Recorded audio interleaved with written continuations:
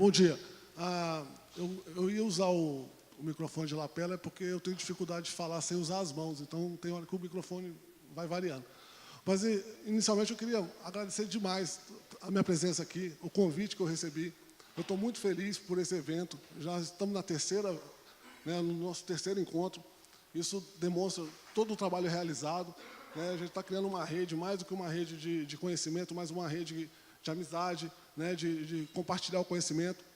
Quero agradecer muito a Mireia, que, na realidade, no caso aqui em Brasília, ela carregou todo esse trabalho se realizando durante um ano. Então, eu te agradeço bastante, Mireia. E hoje eu fui convidado para falar sobre mudanças climáticas, e os impactos das atividades agrícolas, no caso, ou rurais, nesses fenômenos. Eu sou, na realidade, assim, rapidamente, eu só queria falar uma coisa. Eu vim aí, como fui apresentado lá do Centro de Desenvolvimento Sustentável, e me tornei professor dentro da Faculdade de Administração, Economia e Contabilidade. Eu confesso que eu estou sendo bastante influenciado por eles, mas eu estou tentando ainda manter a minha raiz. E, por isso, eu até brinquei com a Mireia, falei, Mireia, muito provavelmente o que eu vou apresentar aqui vai causar um certo ruído, mas eu vou tentar, de alguma forma, traduzir para vocês. Mas ele está ali na pontinha. É aquele que, com muito pouco, faz alguma coisa. Isso não quer dizer que ele seja desenvolvido. Ele é apenas eficiente. E o assunto que move a gente é exatamente o seguinte, em termos de mudança climática. Como usar a terra, e tentar fixar menos carbono, produzir menos efeito estufa e, de alguma forma, combater o aquecimento global. Esse é o mote dos textos de mudança climática. Então, vamos ver. Aí, a economia assume, já que criticaram bastante, dizendo o seguinte, olha, se a gente é eficiente só em termos econômicos, na utilização de insumos e produtos econômicos, a gente pode incluir no nosso modelo uma variável, que é a variável ambiental. E foi isso que eles tentaram fazer.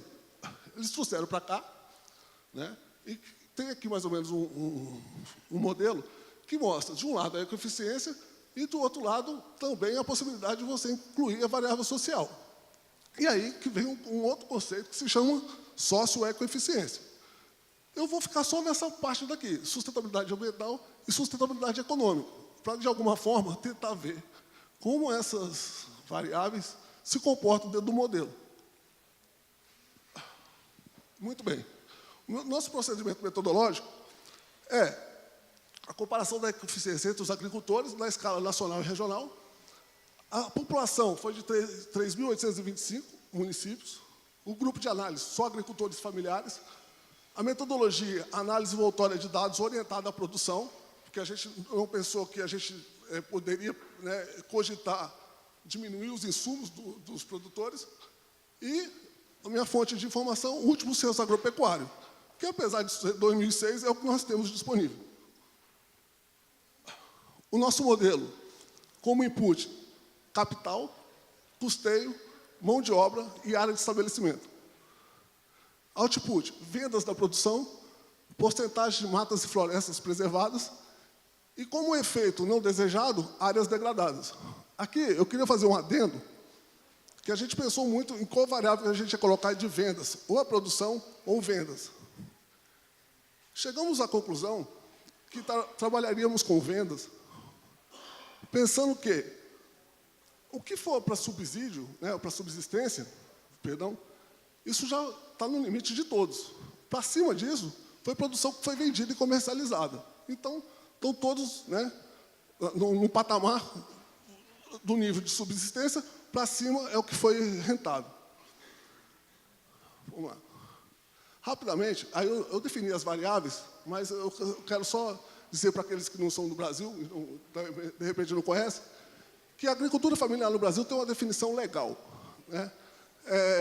São 4 módulos fiscais, mão de obra da própria família, renda familiar predominante dessas atividades e que dirige seu estabelecimento ou empreendimento com a família. Então, isso é uma definição legal, eu não entrei em qualquer discussão sociológica, antropológica sobre isso. Pode ir. Estabelecimento, área total,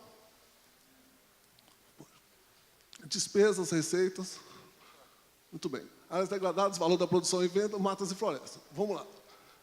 Jogando isso para um modelo, a primeira coisa que nos chama a atenção é o seguinte: de um modo geral, na média, há muito pouca área degradada. Seja no sul, no norte, ou no nordeste, ou no sudeste. A área degradada é absolutamente incipiente do ponto de vista ou com os dados do censo. Nós temos do outro lado as matas e florestas, obviamente, uma questão legal, é bem maior no norte. E, por outro lado, a gente vê que também no norte você tem uma quantidade de área bem maior, porque os módulos lá, uma outra perspectiva, e também trabalhadores mais ou menos dentro de uma mesma faixa, tirando no sudeste e no centro-oeste, que tem menos mão de obra dos estabelecimentos. Se a gente olhar esses dados que entraram no modelo como input e insumo, a gente vai ver que a região norte se destaca bastante. Ela tem muito mais áreas, né, que é um input. Ela tem matas e florestas, porque as áreas são maiores. Lá tem 80% para a área de preservação. O total das vendas também é bem maior. Recursos financeiros recebidos, custeio mais capital, também é maior. E total de trabalhadores também é maior. Por aqui, a gente começa a observar que a região norte vai se destacar dentro desse modelo, né? E a região sul, que normalmente a gente é conhecida que a gente reconhece seus indicadores de desenvolvimento, a gente percebe lá que as áreas são menores, né? As matas e florestas também menores, também por uma questão legal. O total das vendas, nessa proporção, é bem maior. Os recursos financeiros utilizados está muito próximo da região norte.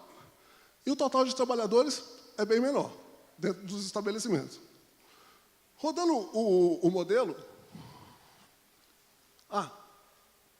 então veja bem, mais ou menos... Se ficou para cima, baixo. Depois eu volto. Vai. Aqui. Quando a gente roda o modelo de eficiência, a primeira coisa que nos chama a atenção é que a média da eficiência, que varia de 0 a 1, para os municípios, de um modo geral, é muito baixa. Quando a gente vê aquele valor 0,235, significa que os estabelecimentos, de um modo geral, estão produzindo 23% do que poderiam produzir em relação aos seus benchmarks, em relação às melhores práticas que o modelo detectou. Pode voltar. Não, para cima.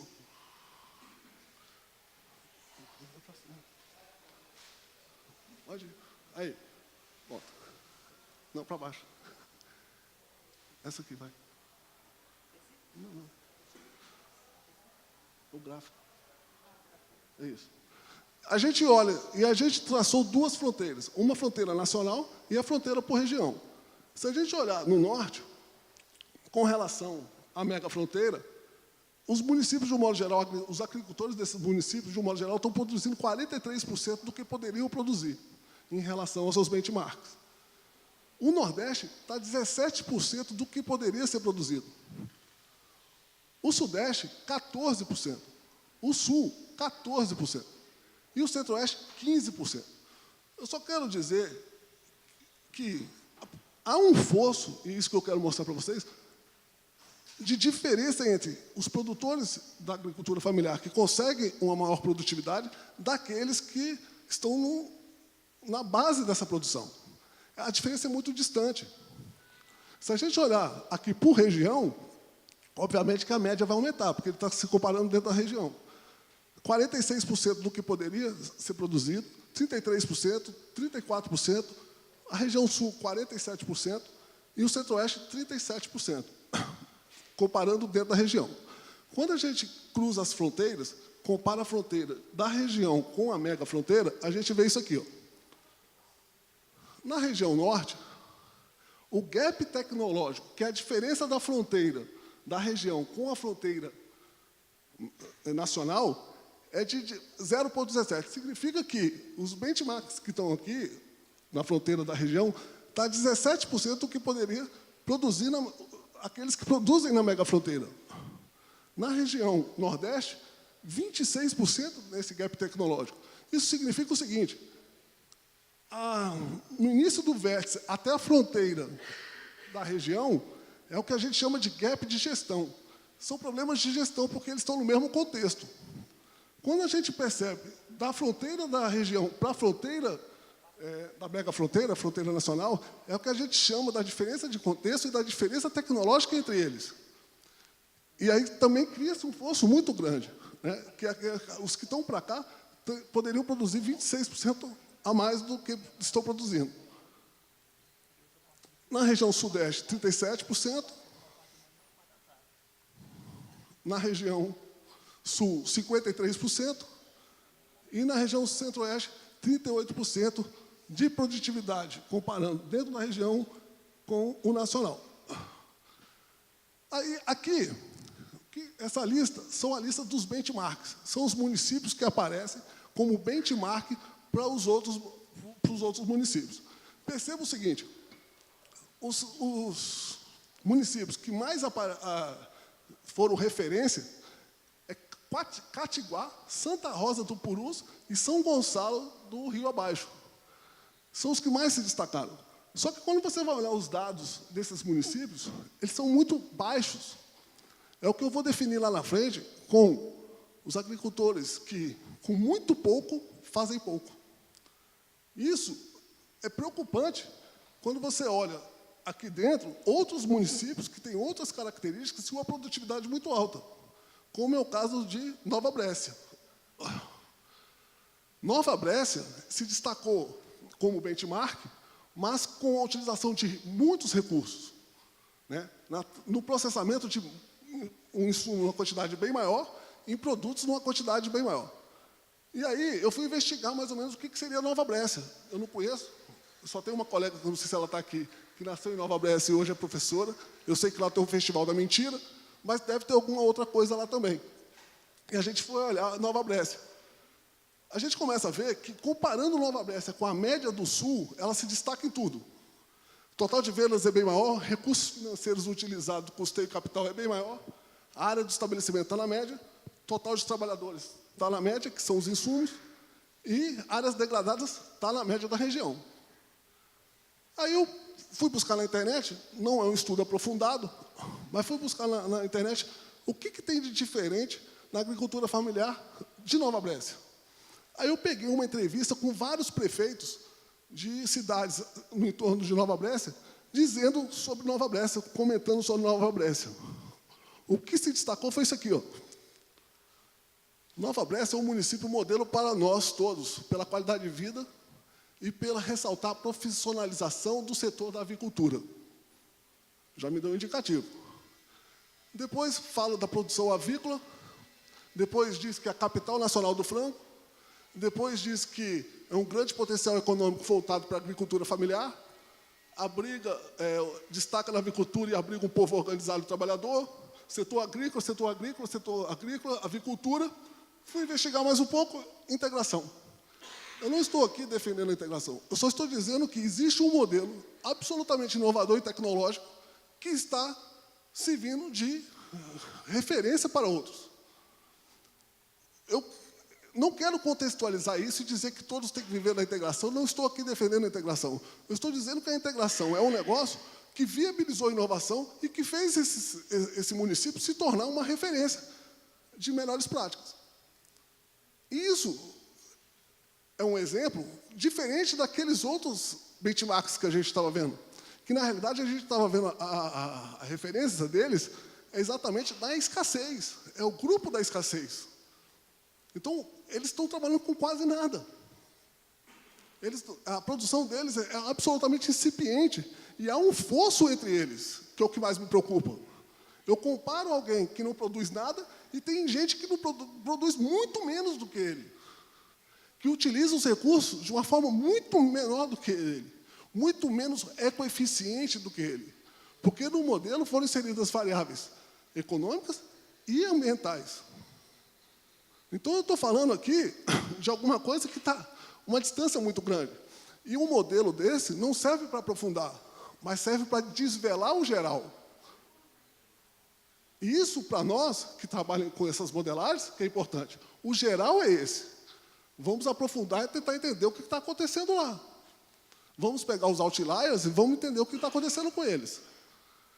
Então, a proposta da gente tentar entender essas distâncias, e eu não consigo ver, pelo menos hoje, eu não consigo pensar essa agricultura se ela não for inserida dentro de um modelo inovador e tecnológico. E eu fico muito feliz de saber que aqueles que me antecederam aqui mencionaram isso, porque eu estava até com medo de tomar alguma vaia. Mas eu estou chegando à conclusão, pelo menos eu tenho visto, que esse fosso é preocupante. E esse fosso está nessa diferença. Então, outra coisa que me chamou a atenção em Nova Brécia, por exemplo, é que agricultor familiar pega licença ambiental na prefeitura. Então, tem um processo ali muito mais rápido, burocrático. E aí eu fui descobrir, só mais um pouco, por favor, volta lá. Fui descobrir que Nova Brécia também é, em termos de desenvolvimento, o 27º da posição no país, o primeiro da região. Ou seja, você pode ser eficiente sendo desenvolvido, assim como você pode ser eficiente na escassez. É a relação Haiti e Estados Unidos, que a gente viu no modelo do IPEA. Aí, eu fiz uma análise de cluster para ver como é que eles se agrupavam. E aí deu o que eu já estava esperando. 84% dos estabelecimentos de agricultura familiar tem aquele perfil do produzir pouco com muito pouco. A minha perspectiva é de preocupação com o futuro, se mantiver essa continuidade. E aí, o que eu venho trazer para a gente, no mínimo, pensar, é que, desde 2005, pelo menos no meu caso, que eu trabalho na perspectiva do desenvolvimento agrário lá do Ministério, e que eu concordo. Só que eu, inclusive, eu assumo esse caminho, também sempre acreditei naquele mote de identidade, participação, capital social e desenvolvimento. Creio que se não vem de uma forma complementar isso, e fortemente, esse aspecto tecnológico, inovador e de gestão, eu não sei realmente se esse desenvolvimento vai acontecer. Outra coisa, pensando do ponto de vista da administração, de administrador, das teorias da administração, vamos dizer assim, um pequeno produtor que não consegue ganhar escala, a administração vai dizer, ele tem duas opções. Ou ele tem um nicho de mercado, ou ele tem um produto diferenciado. Em termos de mercado, em termos de administração, são as duas opções que ele tem. A outra seria ganhar escala. Não seria o caso dos agricultores. E esse empresarial, esse perfil mais empresarial que apareceu, ele está mais presente no Nordeste. Então, esse também seria um perfil que a gente poderia esmiuçar mais. Pode ir. Muito bem. Aí eu pego aquela curva que vocês viram lá em cima, aquele ponto verde é onde está 84% dos estabelecimentos da agricultura familiar no país. Ou seja, voltando àquele modelo do IPEA, é um Haiti generalizado. Nova Brécia estaria mais para cima, lá no ponto azul. Com muito, faz muito. Ou com menos, faz mais. Então, essas comparações que eu queria trazer para vocês, para, no mínimo, a gente questionar. Eu, pelo menos, tentar entender se realmente isso acontece, ou se deve continuar, ou não deve. E aí, eu proponho aqui para vocês, eu fiz 20 minutos? 20 minutos? E aí eu proponho, isso não é provocação, isso, na realidade, são perguntas que eu faço para mim mesmo, eu só quero compartilhar. A minha primeira questão é, eu venho do CDS, Desenvolvimento Sustentável, eu me pergunto, eu quero me apropriar de técnicas e modelos ou metodologias, mesmo que tenha de pano de fundo outras ideologias que a minha. Podemos pensar a agricultura familiar produtiva economicamente a partir de investimentos em tecnologias e inovações? Podemos pensar o agricultor familiar como agente em um mercado competitivo? São perguntas que eu me faço. Não quero provocar ninguém, mas eu estou sempre fazendo essas perguntas e gostaria de um dia ter uma resposta. Gente, eu tentei andar o mais rápido possível, porque agora a Gabriela apresenta o livro dela. Obrigado.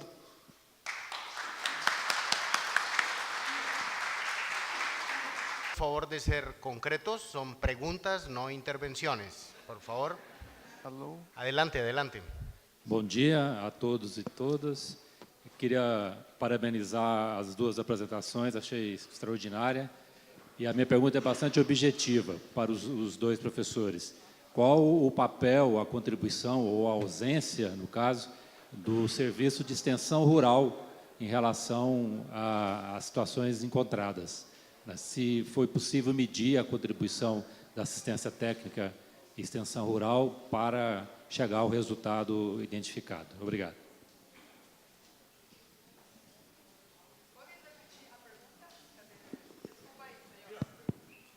Alô, pode falar? Oi, bom dia. Oi, aqui.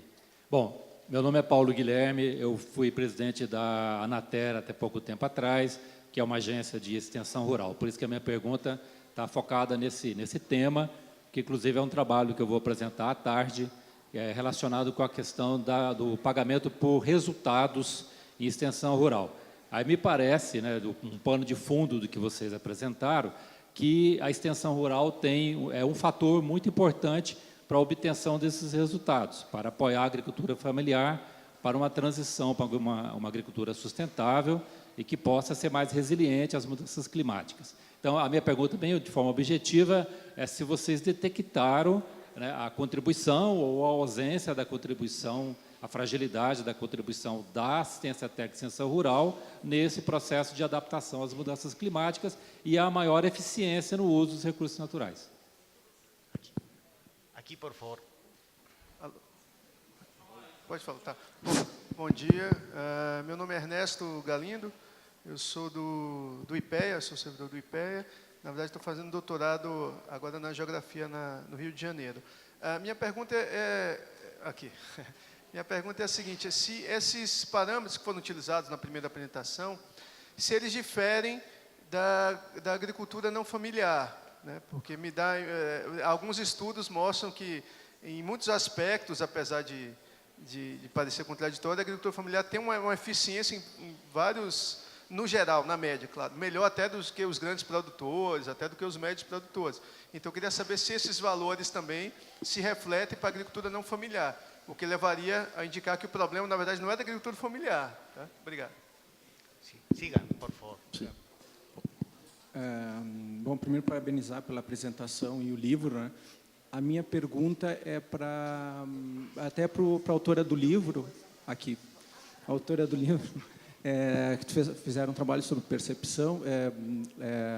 Lá no Rio Grande do Sul, estamos desenvolvendo uma pesquisa sobre percepção pública da ciência e tecnologia, e a gente percebe em várias pesquisas, não só no Brasil, mas em outros lugares, em outros países, a influência da mídia também nesses. Eu não sei se vocês fizeram uma análise, porque tem várias pesquisas que mostram muito a mídia sempre tem uma influência, jornais ou TV.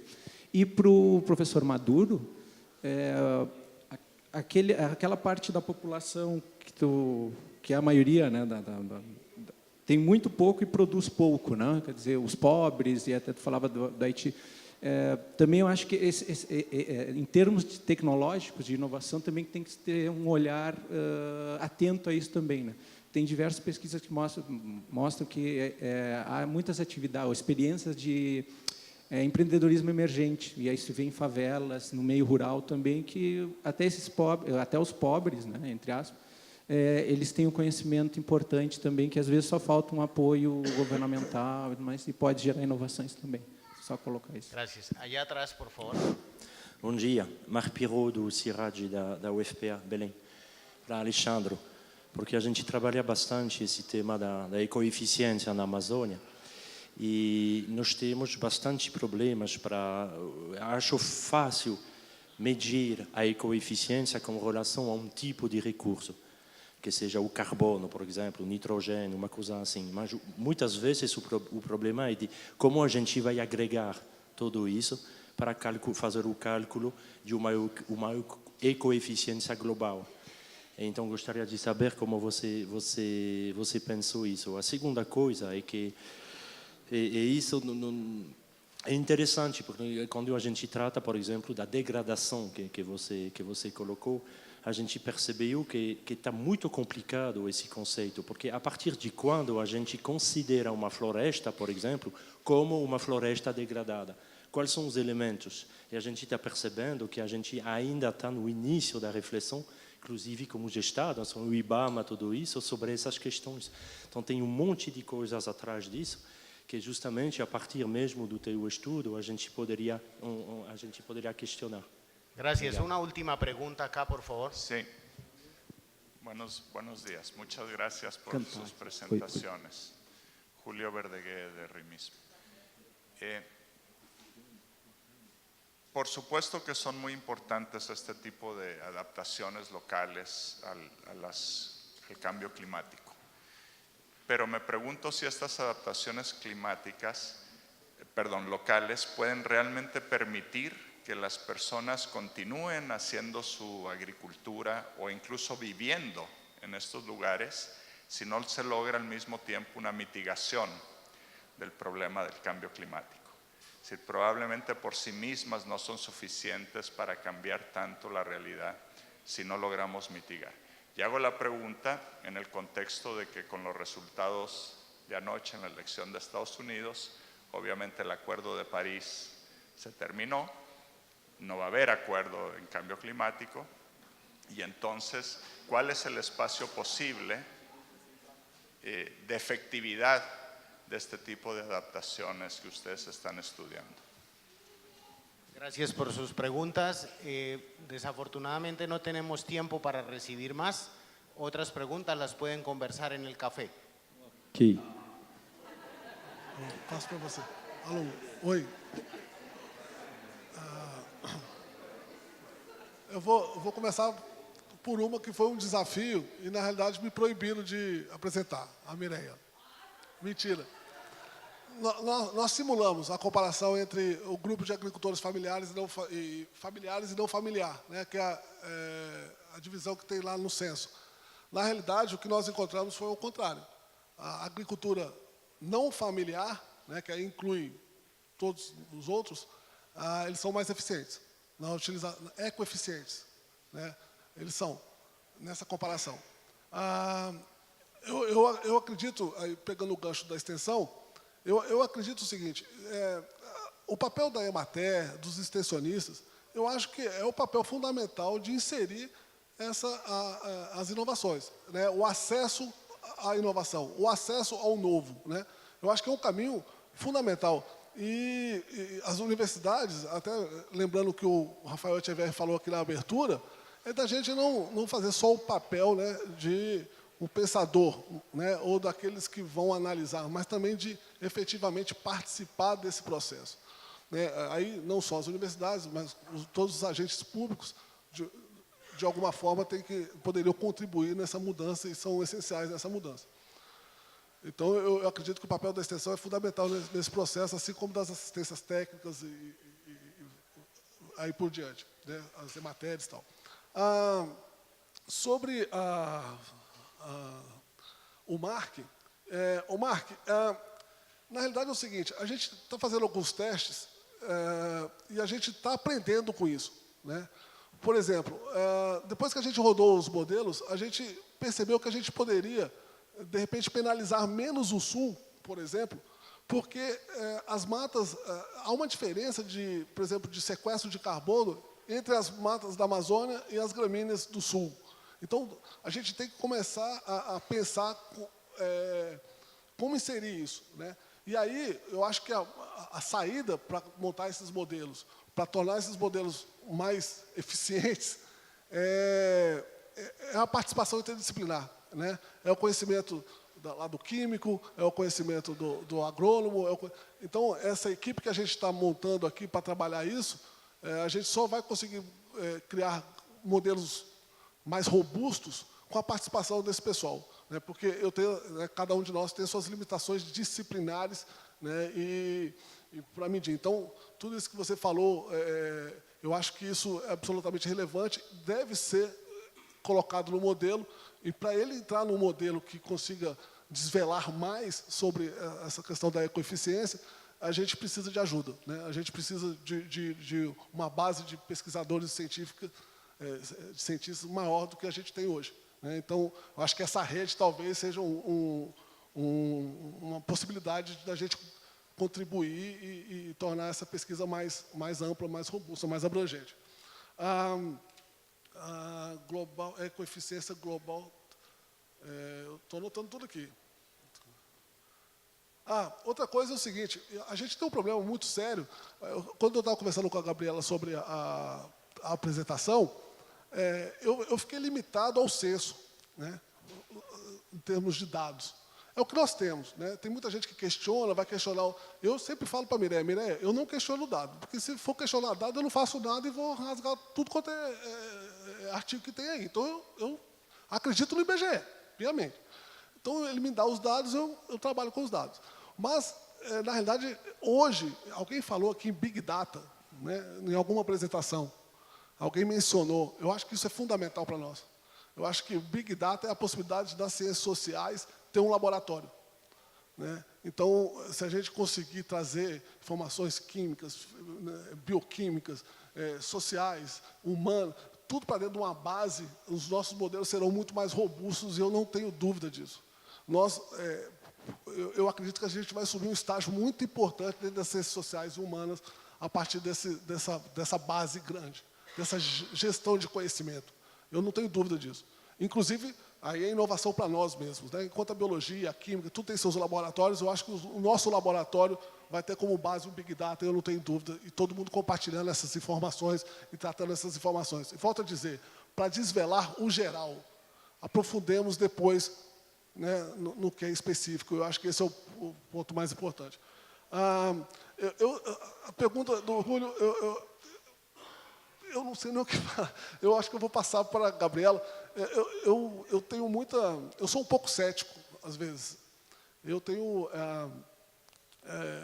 algumas coisas assim que nessas perspectivas, quando eu apresento, por exemplo, sobre a agricultura familiar, esse fosso, realmente me preocupa. A gente fala de perspectiva, mas eu tenho muita dificuldade de ver essas coisas acontecendo, sabe? Muitas vezes.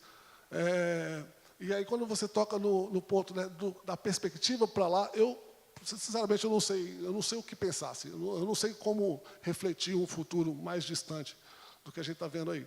Mas eu tenho certeza que a Gabriela ela tem uma resposta melhor do que a minha sobre isso. Eu fiquei sem responder alguém, porque eu anotei aqui tudo certinho. Tem? Não, é isso, eu fiquei mesmo. Mas isso eu assumi. Eu estava falando, só esqueci de alguém. Tá, obrigado, gente. Então, a respeito da pergunta do professor, realmente, os cenários climáticos são pessimistas. O que vem pela frente climaticamente é ruim e as condições climáticas na Caatinga, por exemplo, só vão piorar com aumento de temperatura, já confirmado, e oscilação das chuvas, deslocamento dos veranicos. A pergunta que o professor está fazendo é, se eu entendi bem, temos tempo de nos adaptar no nível local, quando o mundo está caindo? É quando o clima no nível global está mudando e agora temos um contexto geopolítico muito mais negativo com as mudanças, né, as eleições da noite passada. Então, o que acontece? A pergunta é, vale a pena continuar no semiárido como agricultor familiar? O meu modo de vida é sustentável? Porque vocês sabem que a agricultura familiar não é só comer, é um modo de vida, um vínculo com a natureza. Ou eu migro? Nós temos essa discussão, de fato tivemos o INB com o INPE. Parte do INPE, nem todos, falaram, gente, é insustentável, a agricultura familiar vai acabar no semiárido, na Caatinga. Com essa mudança de clima, não adianta continuar lutando para se adaptar, é melhor migrar e entender que existem outras possibilidades para esse bioma. E outros falavam, não, lembra do caso do Israel. Qual é a vocação de Israel, do deserto do Israel? Eles estão fabricando água. E eles estão conseguindo. Então, a pergunta é, qual é a prioridade? Entender a agricultura só como ecoeficiência ou também pensar na agricultura como uma riqueza cultural, como um modo de vida que merece ser preservado até para evitar a migração forçada nas áreas urbanas, que acabam em quê, muitas vezes? Crime, problemas com as crianças, saúde. Então, pensemos na agricultura de uma maneira mais ampla, mas que eu sou pessimista, sou. Finalmente, os amigos da EMATEI e da Embrapa, desculpa aí que eu não mencionei, a cartilha foi feita 50% com eles. Nós só conseguimos acessar nos 4 biomas de estudo aos agricultores graças aos amigos da Embrapa, da Emater e de outros órgãos de extensão rural e também agentes locais de meio ambiente e desenvolvimento agrário. Eles foram nossos aliados e ninguém conhece os agricultores rurais e familiares melhor do que os agentes de extensão rural. Então, para eles, obrigada. E, finalmente, a imprensa, sim, a mídia influencia muitíssimo no que eles acham que é a mudança do clima, porque a maioria dos nossos entrevistados agricultores familiares tem um nível baixíssimo de educação formal, muito conhecimento tradicional e local, mas quase todos analfabetos, certo? Então, o que acontece? Eles ouvem falar de mudanças do clima na rádio e na televisão. Agora eles veem isso como um agente totalmente externo. E às vezes até respondem, sim, eu ouvi falar sim, tipo para o inglês ver, sabe? Mas na verdade isso é um conhecimento. Então, essa ancoragem do que é a mudança do clima no dia a dia deles é fundamental, é nosso trabalho conjunto.